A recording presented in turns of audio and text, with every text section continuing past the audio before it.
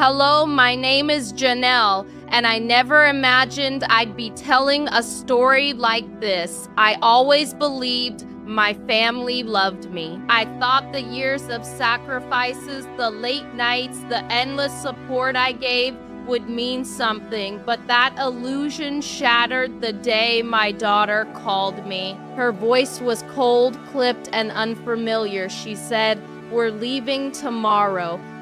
Your beach house has already been sold by IA." I remember the exact tone, the casual cruelty, like she was announcing a vacation and not stealing a part of my life. My heart froze, my hands shook, and I could barely breathe. I tried to speak, but my words caught in my throat. But you... I didn't agree to this, I stammered. And then, as if it were some cruel joke, she laughed. A laugh so sharp, so devoid of warmth that it cut through my chest like a knife. She said, "Mom, you don't own it anymore. That house is gone. Done."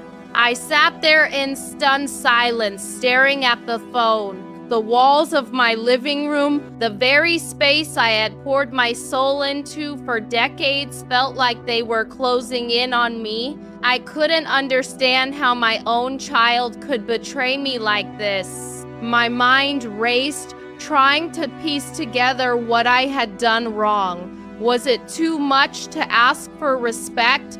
Was it too much to hope for loyalty from someone I carried in my body for 9 months?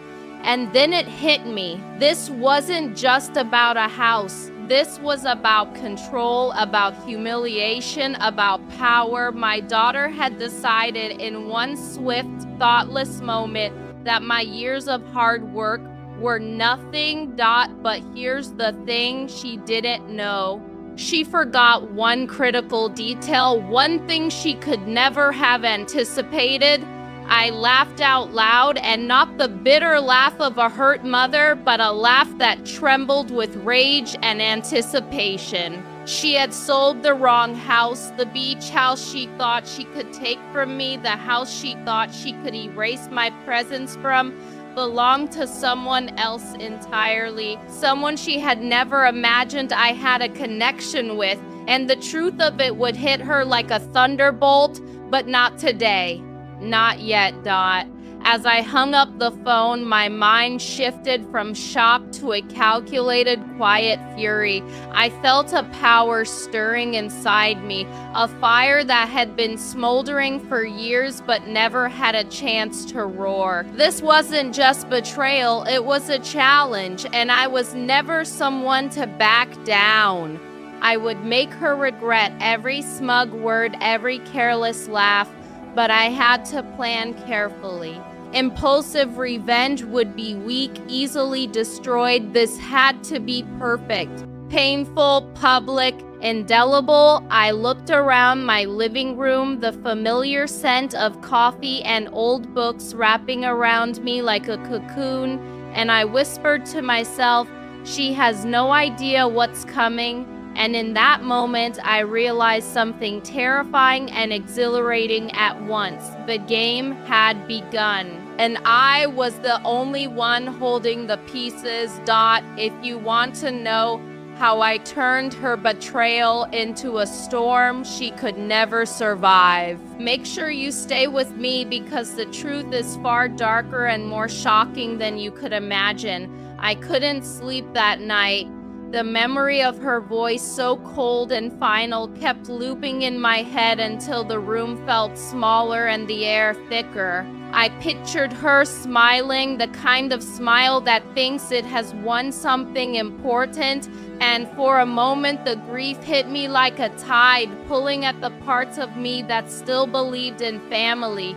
Then the grief folded into a quiet, sharp anger. I realized this was not just theft of a house, but an attempt to erase me, to rewrite the story of everything I had built.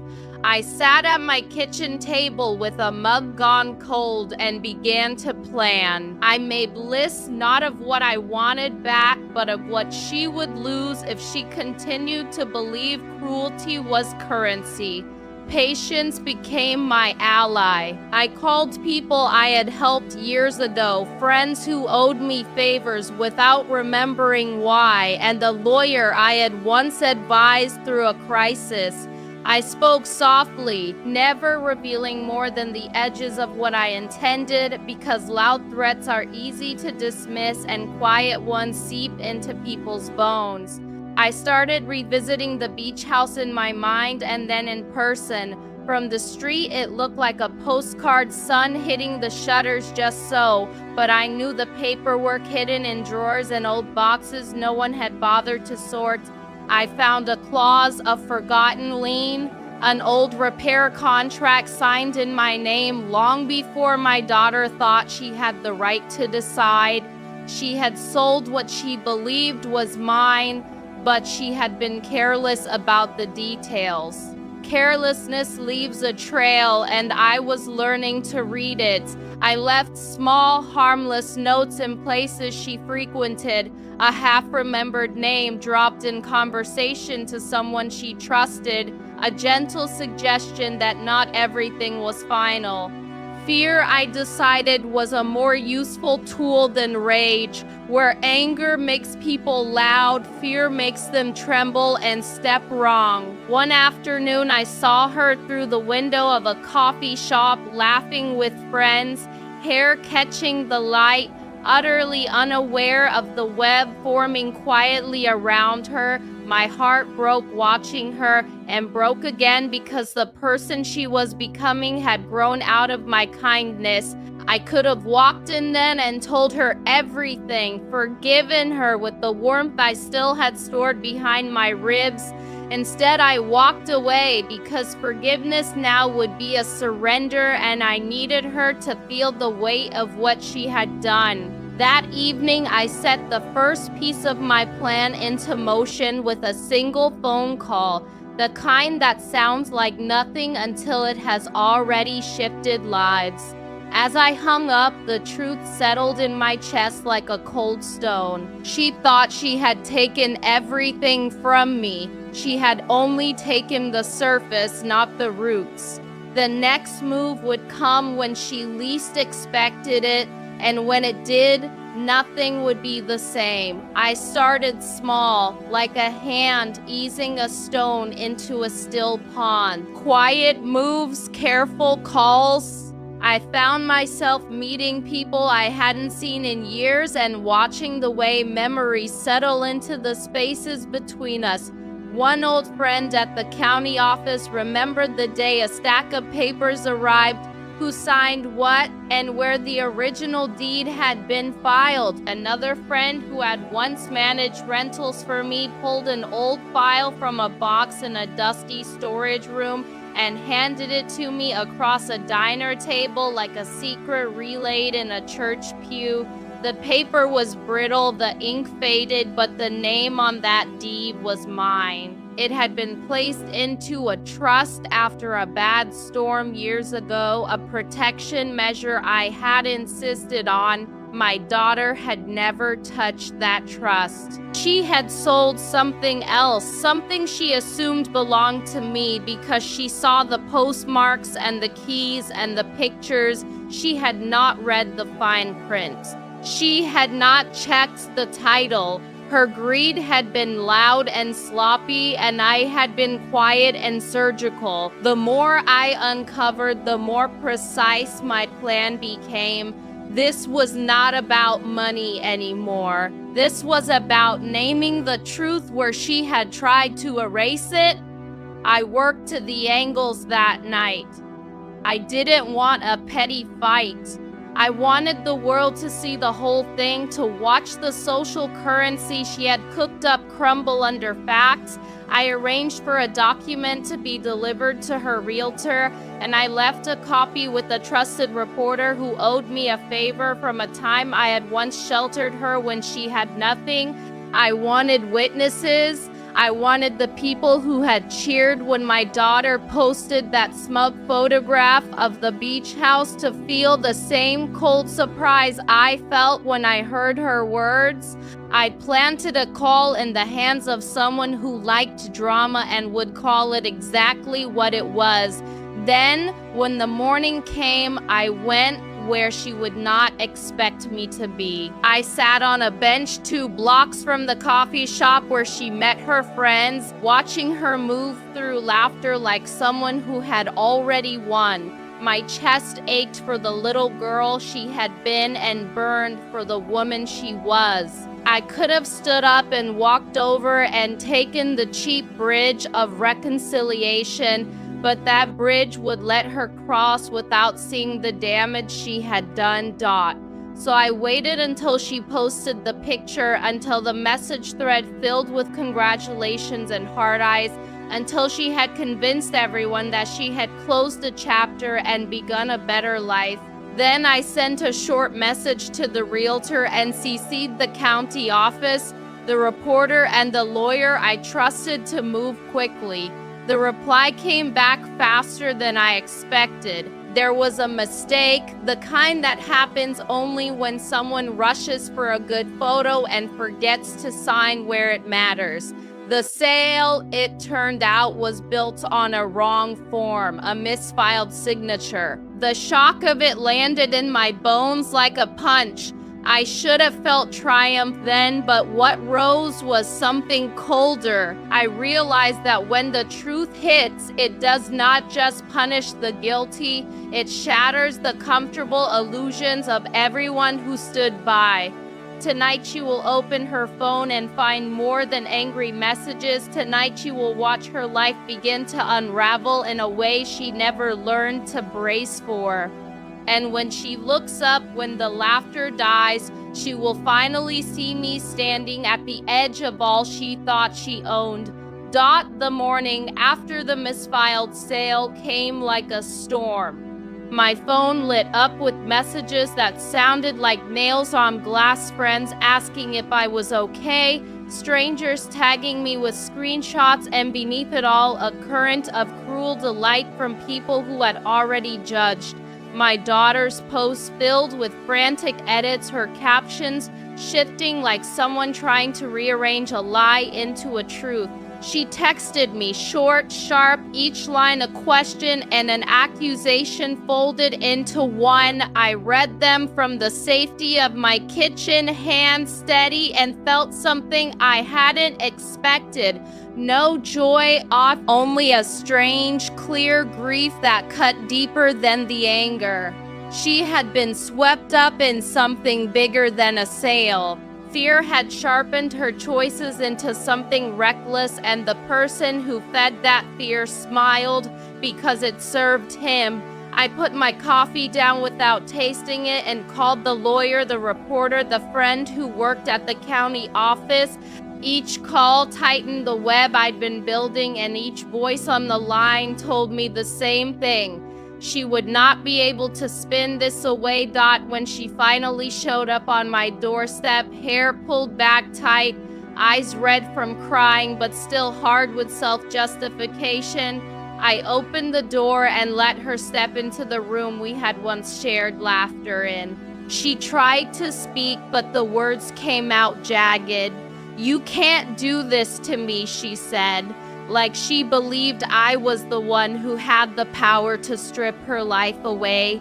I let her talk because anger needs a shape and grieving needs to be heard. Then I put a file on the table, documents, emails, a printed transfer request, a bank record that smelled of other people's hands on my life. I watched her read, watched the color drain from her face as each piece of paper rearranged the story she had told herself. She hadn't acted alone. The name on several of the emails was his calm, polite, the kind of voice that told her what she wanted to hear and steered her around the parts that made her doubt. He had promised security and painted a future. He had sent her the form and told her where to sign, He had built the bridge she crossed without looking down. The betrayal was not a single cut. It was a slow unwinding, 1,000 tiny betrayals that added up until there was nothing left but the hollow of what had once been a home. She looked at me then, truly looked, and for a moment I saw something like shame flicker across her features. But shame is a quiet thing and fear is loud, and fear pushed her on to defensiveness. She accused me of making a scene, of dragging our private mess into public. I could have softened then, offered a way back for both of us that cost less than what was coming. Instead, I kept my voice low and honest. I told her I wasn't interested in small apologies. I told her I wanted the truth out where the people who had cheered for her would see it, because her life had been built on an illusion, and illusions deserve daylight. She left that day with her hands empty and her phone buzzing with new messages, but she did not leave alone. The man who had guided her, the one who smiled in photographs and called her by a name that sounded like a promise, texted her that night with a new plan, one that would try to tie up loose ends and keep his hands clean. I had anticipated that. I had also left a copy of our conversation with someone who had a microphone and a small following that could make noise where it counted. As the sun slipped behind the buildings, I sat in the quiet of my living room and felt the slow, terrible satisfaction of truth beginning to move. But truth is only the beginning. There was one final thing I had saved for when she felt safest, for when he was sure he had covered his tracks. I found the voice recorder in an old drawer, dust on its buttons, and smiled because some promises had been recorded without his knowledge. Tonight I would press play. The night air was thick when I pressed play on the recorder. My daughter had no idea that months ago I had anticipated the chaos she could cause and had left a trail she would never suspect. The voice that filled the room wasn't mine alone. It was him, calm, polite, confident, laying out instructions she had followed blindly. He had guided her to sign the papers, given her the green light, convinced her she was acting alone. The sound of his voice, the way he believed he had orchestrated everything perfectly, made my blood run cold and then ignite with a slow, controlled fire. I could almost hear her footsteps upstairs, pacing in her room, phone in hand, thinking she was still in control. Little did she know the trap had closed around her without a single snap. I sat back, letting the words sink in, letting the realization seep into my bones. She had been a pawn. She had thought she was clever, rebellious, fearless, but she had been blind. And I had waited, watched, and recorded every laugh, every text, every post celebrating her victory had been feeding my knowledge, giving me leverage, giving me the calm power to strike when the time was right. I smiled, though my heart ached in a way I hadn't expected. Revenge wasn't just about humiliation or anger, it was about clarity. She would finally see the scale of what she had done, not just to me, but to herself. The next morning, I began planting small truths, an anonymous message to her friends, a quiet correction in the office where she had boasted of her achievement, a subtle tip to the reporter who had been following a story nearby. Each move was surgical, leaving her with the creeping sensation that things were unraveling around her, that the world she thought she controlled was slipping through her fingers. I could hear her phone buzzing, see the anxiety in her hurried texts, but she still didn't know who held the hand that moved the pieces.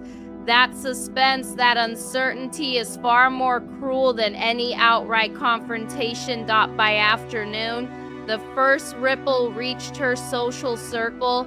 Friends started asking questions, double-checking information she had shared, noticing discrepancies in the sale, in the paperwork, in the story she had told them. My daughter's confidence, once unshakable, began to falter. She called me, voice rising, trembling with panic and frustration. "Janelle, you don't understand. She began, but I interrupted gently, letting calm wrap around the storm she was creating for herself. A subtle tip to the reporter who had been following a story nearby. Each move was surgical, leaving her with the creeping sensation that things were unraveling around her, that the world she thought she controlled was slipping through her fingers. I could hear her phone buzzing, see the anxiety in her hurried texts, but she still didn't know who held the hand that moved the pieces.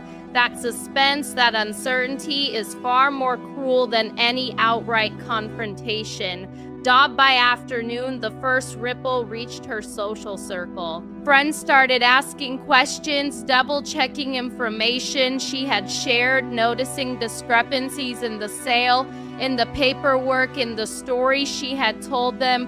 My daughter's confidence, once unshakable, began to falter. She called me, voice rising, trembling with panic and frustration. "Janelle, you don't understand." She began, but I interrupted gently, letting calm wrap around the storm she was creating for herself. The next morning, the house felt like a battlefield. I could hear her moving through the rooms upstairs, every step sharp, tense, a rhythm of panic that made my chest tighten. She didn't know yet that her world had already begun to crumble, quietly, surgically, like a disease moving through her life. I didn't rush her. I let her believe she still had control. Patience had become my weapon, and I intended to use it to its fullest. Every move she made, every frantic text she sent, fed the storm I had quietly built. I started contacting the people who had enabled her, the ones who had praised her cleverness, who had helped her feel untouchable. I didn't accuse them or threaten them. I reminded them of the truth, of the contracts, the lies, and the paper trail she had left behind. I let them piece it together themselves. The sense of betrayal she had caused rippled outward, touching more lives than she realized, and as those ripples returned to her, carried in whispers, questions, and concerned messages, her confidence began to falter. She was beginning to see bit by bit that she had been reckless, that her choices had consequences far beyond what she had imagined. By mid-afternoon, I made my move with a subtle public touch. I had left a copy of the official documents in the hands of someone influential, someone who respected accuracy and truth above all. That person posted an innocuous comment online, questioning the legality of the sale. At first, it seemed small, barely noticeable, but I watched her reaction closely. She panicked immediately, typing furiously on her phone, attempting to reassure everyone around her that everything was fine, but it wasn't. And she knew it. The realization hit her before anyone else noticed. The creeping truth, her victory was slipping, and she couldn't stop it. I didn't confront her directly yet. That would have been too easy, too predictable. Instead, I let her make mistakes. Guided by the fear she didn't understand, every misstep she took only strengthened my position. And then I sent a carefully worded email from an anonymous address, a single sentence that implied far more than it revealed. The truth is coming, and no one can hide from what they've done. I could see her hand shake as she read it, hear the subtle hitch in her breath through the glass when she reread it. That small tremor of uncertainty was priceless because it forced her to reconsider everything she had built. By evening, I made my way back to the living room and sat quietly, pretending to read a book. She entered moments later, her face pale, her shoulders tight, the weight of her panic radiating in the space between us. She avoided my eyes, muttering excuses and half-truths, desperate to find a foothold, but I didn't give her any. I let the silence stretch, heavy and suffocating, until she could feel the magnitude of what she had unleashed. She was beginning to understand that the quiet moves, the patience, the anticipation, all of it had been mine. And as she left the room, I whispered to myself, this is only the beginning. She has no idea how deep this goes. That evening, I decided it was time to make her humiliation public, but not in a way she could immediately retaliate. I arranged for a social media post that looked casual, innocent, a mere suggestion of a question about ownership of the beach house. The reactions were instantaneous. Friends, neighbors, and colleagues began asking questions, tagging her, sharing screenshots. Her carefully constructed image of success began to crack in real time, and I watched from the shadows as panic seeped into her messages. She called me, voice trembling, demanding to know why I would involve others. I stayed calm, my voice soft, deliberate, letting her frustration make her speak faster than she thought.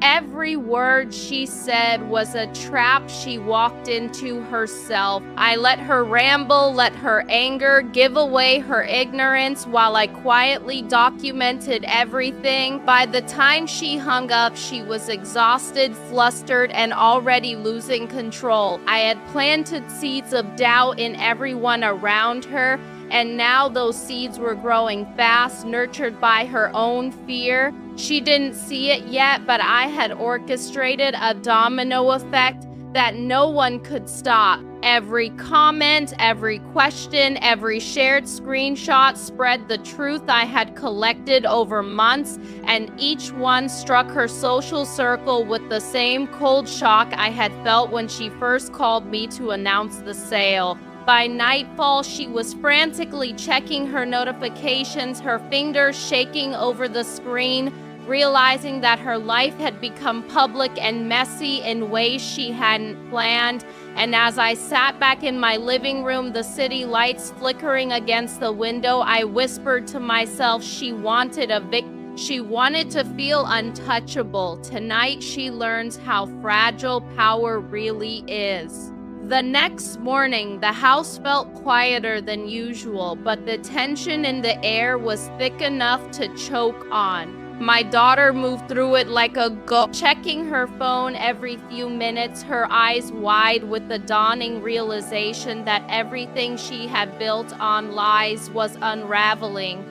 I watched her from the kitchen, pretending to sip coffee, listening to the rapid clicking of her fingers and the shallow, uneven breaths she tried to disguise. The panic that had begun yesterday had deepened into something more dangerous, desperation. She didn't know that I had coordinated with the reporter to have a subtle follow-up published, a story that suggested discrepancies in her claim, hinting at her missteps without outright accusation. The world she thought she controlled was already shifting beneath her, and she had no idea I was pulling every string. By mid-morning, I decided to escalate further. I contacted a few old friends of hers, people she trusted, people who had once admired her cleverness, and I shared the truth in a quiet, factual way.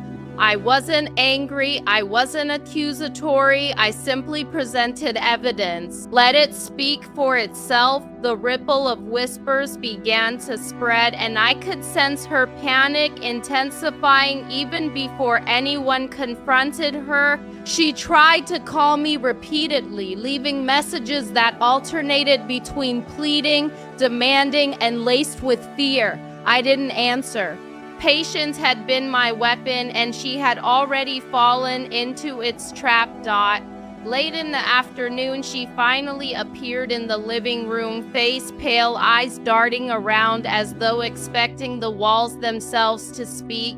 I looked at her calmly, letting the silence hang heavy between us. "I think you need to see the truth for yourself," I said softly, and I handed her a folder.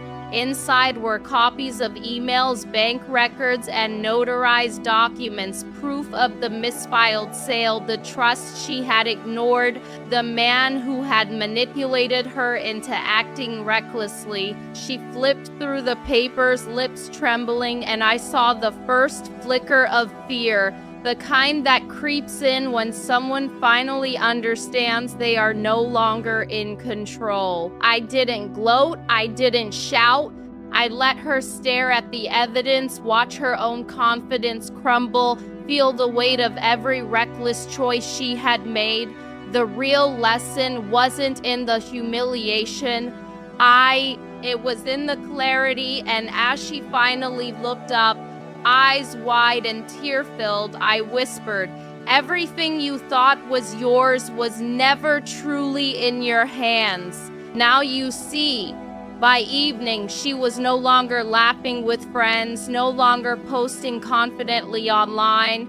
Her social circle had begun questioning her, doubting her, and her panic was palpable. And I sat in my living room, letting the satisfaction of calculated justice settle over me like a blanket. She still had no idea how far this would go, how deeply I had planned every move, and how completely her world was about to shift. I began to pick at the edges of her life the way you peel paint from an old door, slowly, deliberately, until the whole thing came away in strips. People she leaned on started to feel the tremor first, the ones she called allies when she wanted applause. I reached out to a landlord she trusted, not with accusations, but with a simple question about a lease that never made sense. I nudged a banker with a casual remark about unusual wire transfers and watched him check the ledger twice. I spoke to a woman who had once praised my daughter at a fundraiser and reminded her of the exact date a cheerful post had appeared, then waited for that woman to read the documents I had quietly sent. Each small seed I planted took root and grew into suspicion. They didn't know they were walking toward a revelation I had already built for them. When people who had once supported her began to ask questions in private messages, her support network thinned like pages ripped from a book.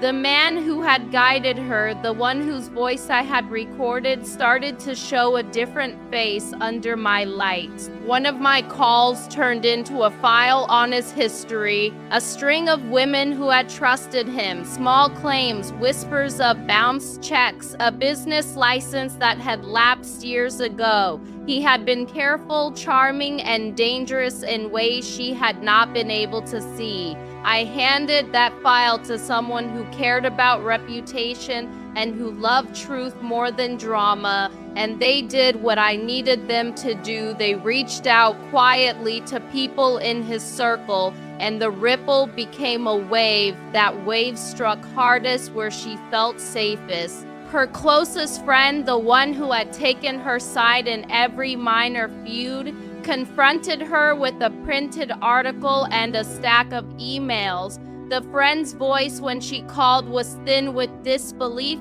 and I heard it crack in a way that felt like victory and ache at once. At work, whispers turned into pointed questions, and two colleagues who had been her sounding board began to distance themselves. Clients who had once complimented her suddenly asked for clarifications and copies of documents she could not produce without revealing the lie. I watched her try to spin, to smooth, to charm her way back to certainty, and each time she spoke, she left fingerprints on the pattern I had already traced.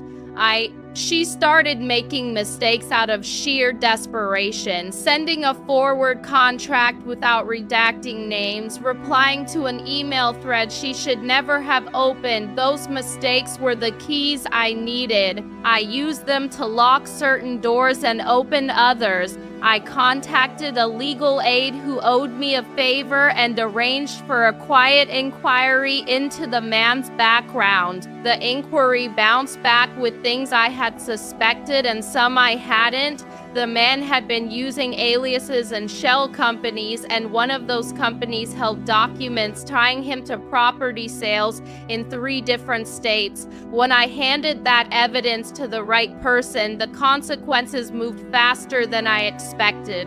Calls were made, a cease and desist was drafted, and quietly, like frost on a window, his influence began to break. She watched this happen with the stunned, hollow expression of someone who sees a puppet show and realizes she is the puppet. Pride dissolved into panic and panic into pleading. She begged me to stop, to pull back, to let her fix it.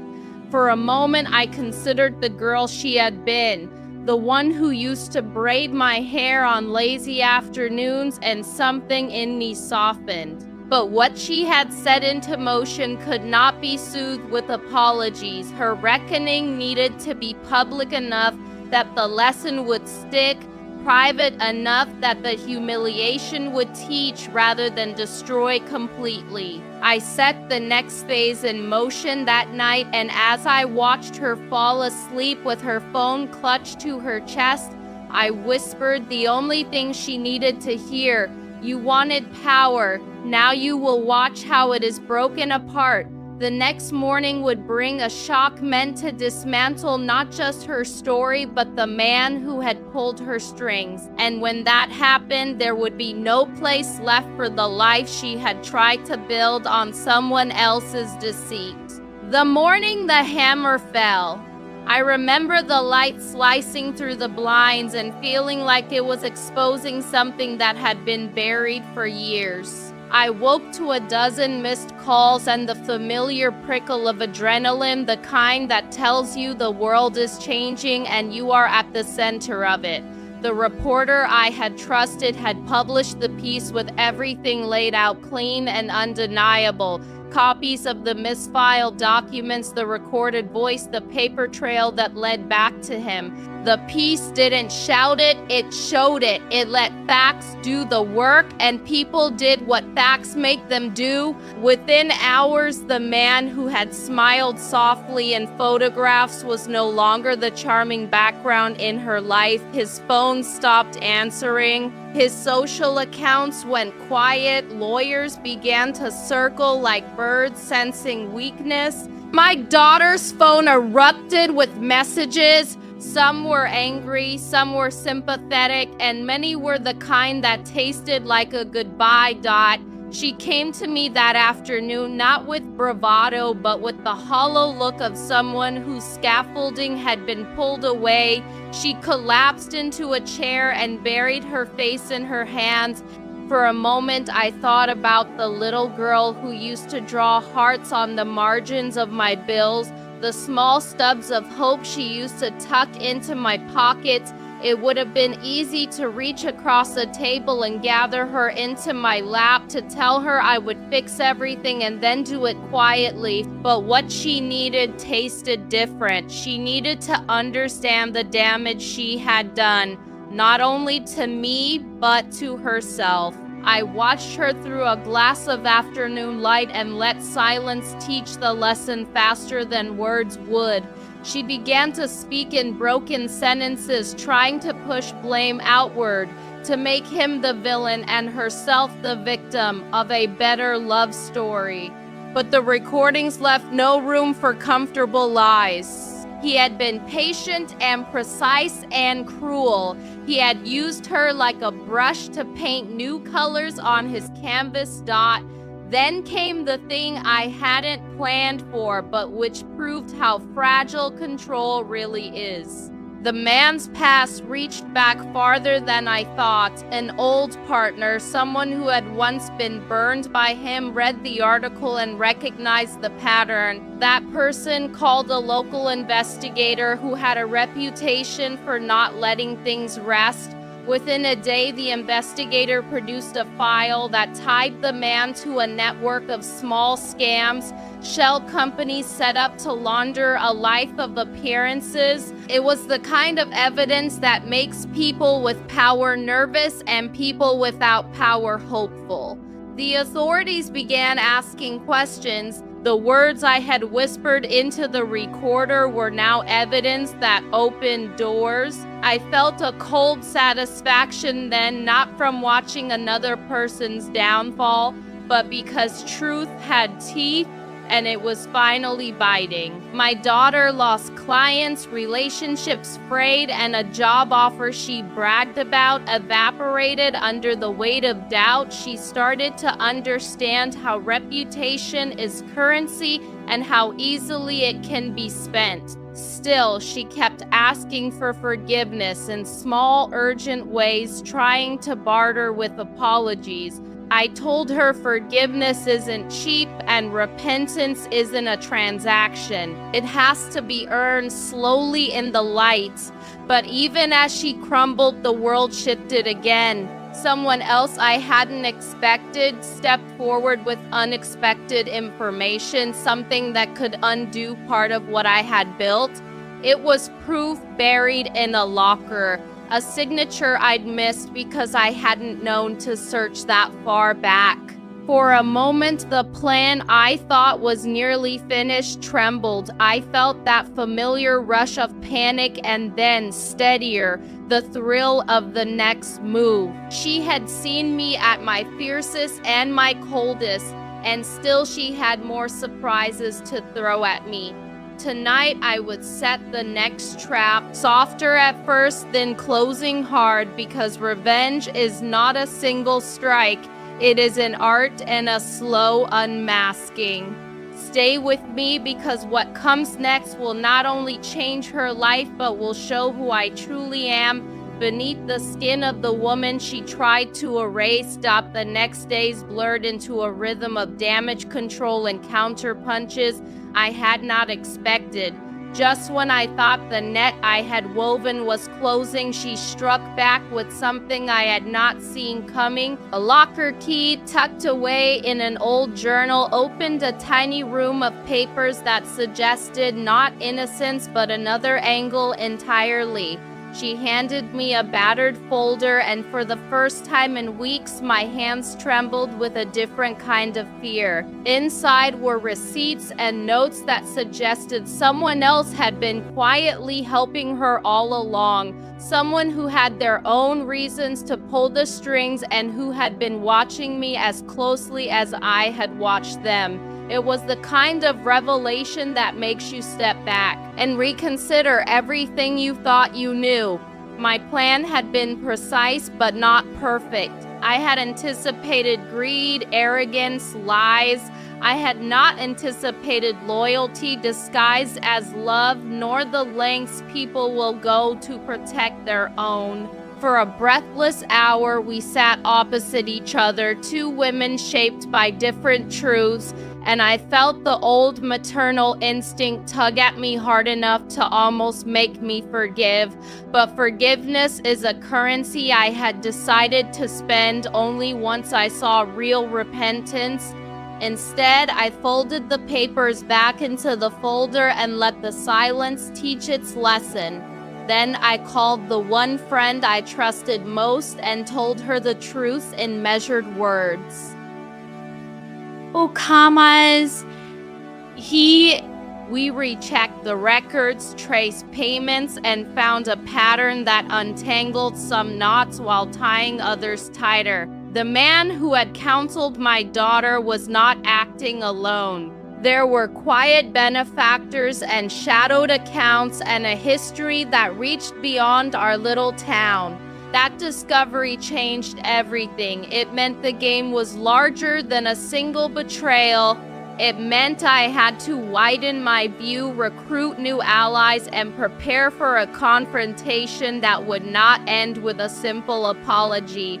I began to move differently. I stopped thinking in terms of humiliation and started planning exposure that would heal the harm done to others, not just punish my daughter. I reached out to people who had been hurt by the same man and let them know I had evidence that could help. Some answered with relief, others answered with anger directed at me for waiting so long.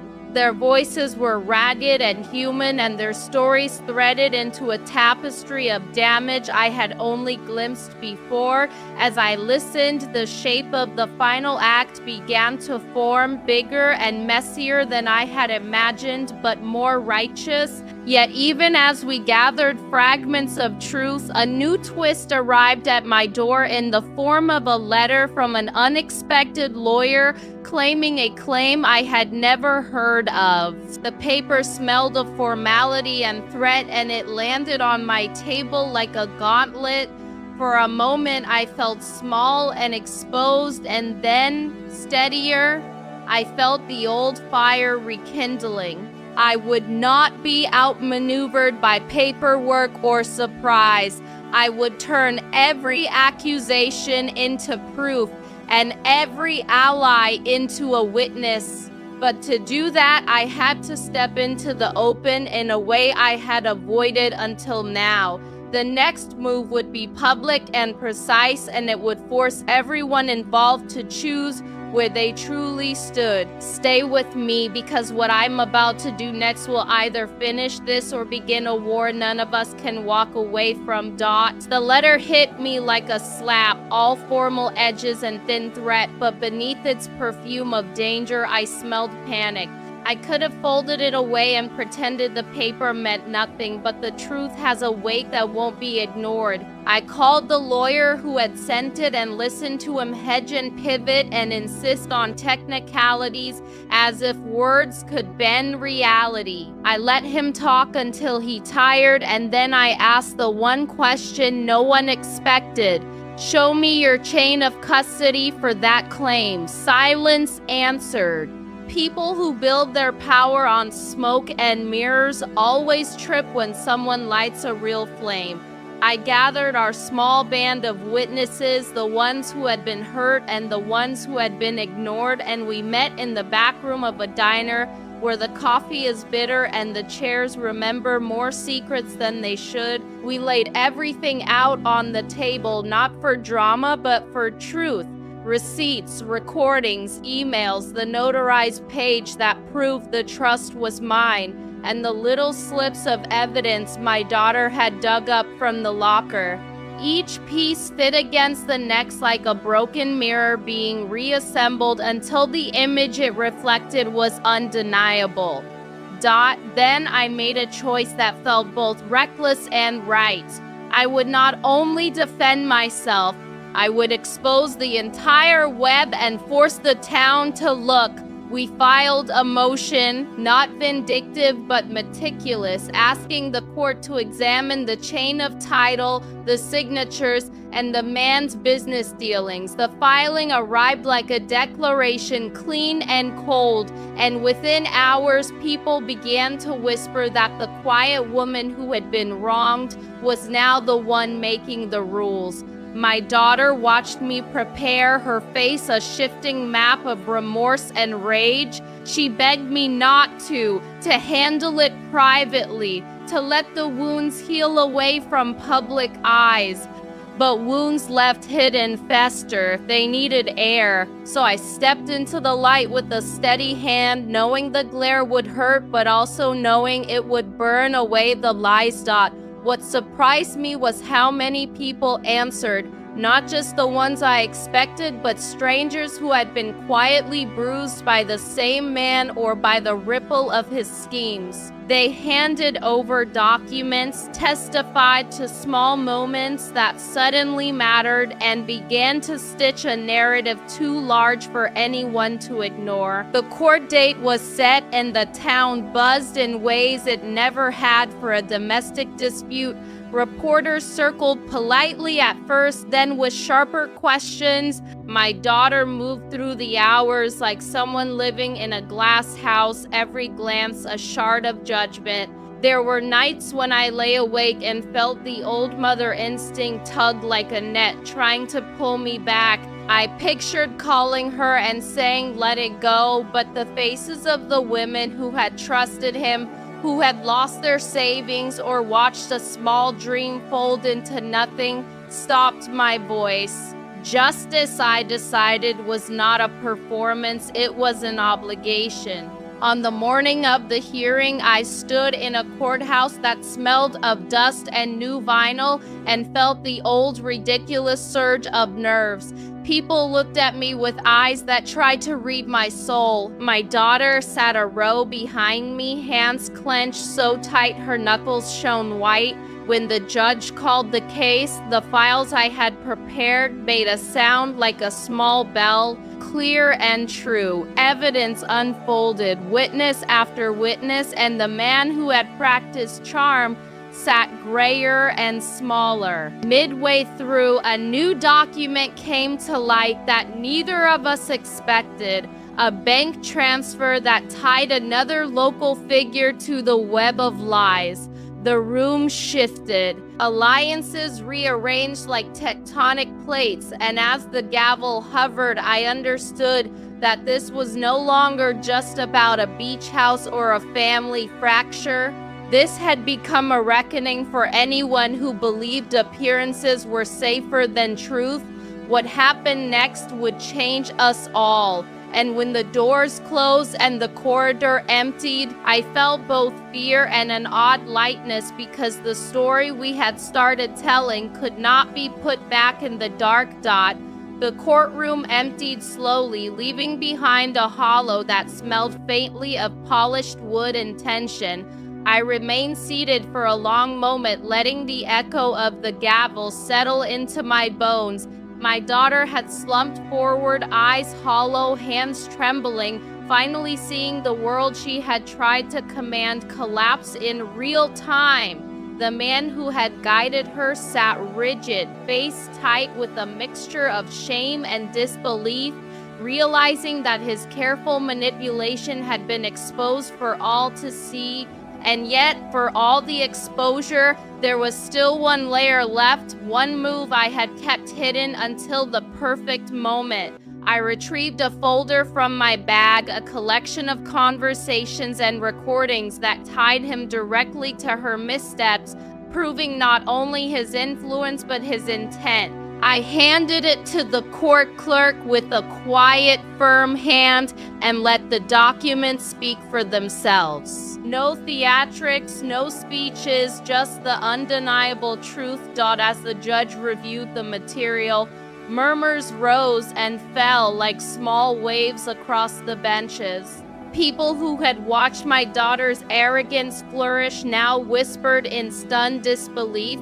The truth had teeth, and those teeth were biting hard. I watched her flinch with every question, every subtle reference, every pause that indicated someone was connecting dots she had hoped remained invisible. My daughter, once so quick with charm and laughter, was now quiet, a shadow in her own story, realizing that manipulation carries a cost far beyond what you can predict. I allowed myself a small, controlled smile, but it was tempered by sorrow. I had not wanted this level of pain, but I had known it would come if I sought justice truly. The turning point came when the court clerk asked to confirm a series of bank transfers and emails. The man had been meticulous, confident that no one would trace the trail, but the documents in my folder made the trail undeniable. The judge nodded slowly, marking notes and asking questions that forced admissions. One by one, witnesses stepped forward and each confirmed the web of deceit I had quietly pieced together. My daughter's shoulders sank with every statement, and I felt a strange ache in my chest for the part of her I had loved fiercely, even as I recognized the woman she had become. Someone who had underestimated consequences. Outside the courtroom, the aftermath was palpable. News spread quickly. Social media exploded with stories, screenshots, and murmurs of the scandal. People who had celebrated her assumed victories now questioned their allegiances. She didn't run, didn't scream. She simply walked beside me as we left the courthouse, shoulders tight, silent. I placed a hand lightly on hers, not in forgiveness, not in absolution, but in acknowledgement that the storm we had navigated together had changed us both forever. That night, I sat alone in the living room, reflecting on the layers of deception, betrayal, and finally, exposure. The path to justice had been long, messy, and painful, but it had taught lessons no lecture ever could. I realized that some truths demand to be told, some wrongs require patient precision, and some victories come not in triumph but in quiet reflection. As I switched off the lamp and let darkness fill the room, I whispered to myself, "It is done, but the echoes will remain, and she will remember." The final day arrived like the quiet before a storm, heavy and certain. I woke early, watching the sun stretch across the horizon, feeling the weight of every choice, every move, every calculated step that had brought me here. My daughter sat across from me at the kitchen table, silent, pale, and drained. The woman who had tried to erase me, finally stripped of all illusions. She no longer smiled with arrogance, no longer carried herself as if the world owed her allegiance. Instead, she trembled with the rawness of truth, the ache of betrayal finally mirrored back at her. I poured 2 cups of coffee and placed one in front of her. She didn't reach for it immediately, staring at the dark liquid as though it held answers. I waited, letting the silence stretch, letting her feel the gravity of the journey she had forced us all to take. Then I began to speak softly, deliberately, recounting every moment she had tried to steal from me, the beach house, the trust, the laughter, the bonds she had tested and broken. Each word carried weight because they were true, and truth has a resonance that no manipulation can override. She listened, mouth slightly open, eyes wide with disbelief as I recounted the steps I had taken quietly, the alliances I had formed, the evidence I had gathered. By the time I finished, the room was heavy with understanding, and for the first time, she saw me not just as her mother, but as a force she had underestimated completely. I handed her the final folder, the one containing all the recordings, documents, and proof she had ignored, every detail laid bare. "This," I said, voice steady, "is everything. You can no longer say you didn't know." She took it with shaking hands, lips pressed tight, eyes glistening with tears that were not just fear, but realization, remorse, and a deep, raw understanding of consequence. For a moment, we simply sat there, the weight of everything pressing down, no words needed to fill the space. Then I stood and walked to the window, looking out at the horizon that had witnessed our pain, our betrayal, and our silent victories. I turned back to her and said softly but firmly, "Life gives us second chances, but they are earned, not demanded. I hope you learn from this, not just for yourself, but for everyone you touch in the future." She nodded silently, too exhausted, too humbled, and perhaps for the first time, truly aware of who she had been and who she could choose to become. That night, I sat alone, reflecting on the journey from betrayal to justice. I realized revenge is not merely about humiliation or repayment. It is about exposing truth, reclaiming agency, and standing firmly in your own power. I felt a strange serenity, a quiet closure that balanced the grief and the anger I had carried for so long. And as the last light faded from the room, I whispered to myself, it is over, but the lessons will remain etched into our lives forever. If you have been following this story, don't forget to subscribe, like, and share. Every act has consequences. Every choice leaves a mark. And sometimes justice is not loud. It is patient, deliberate,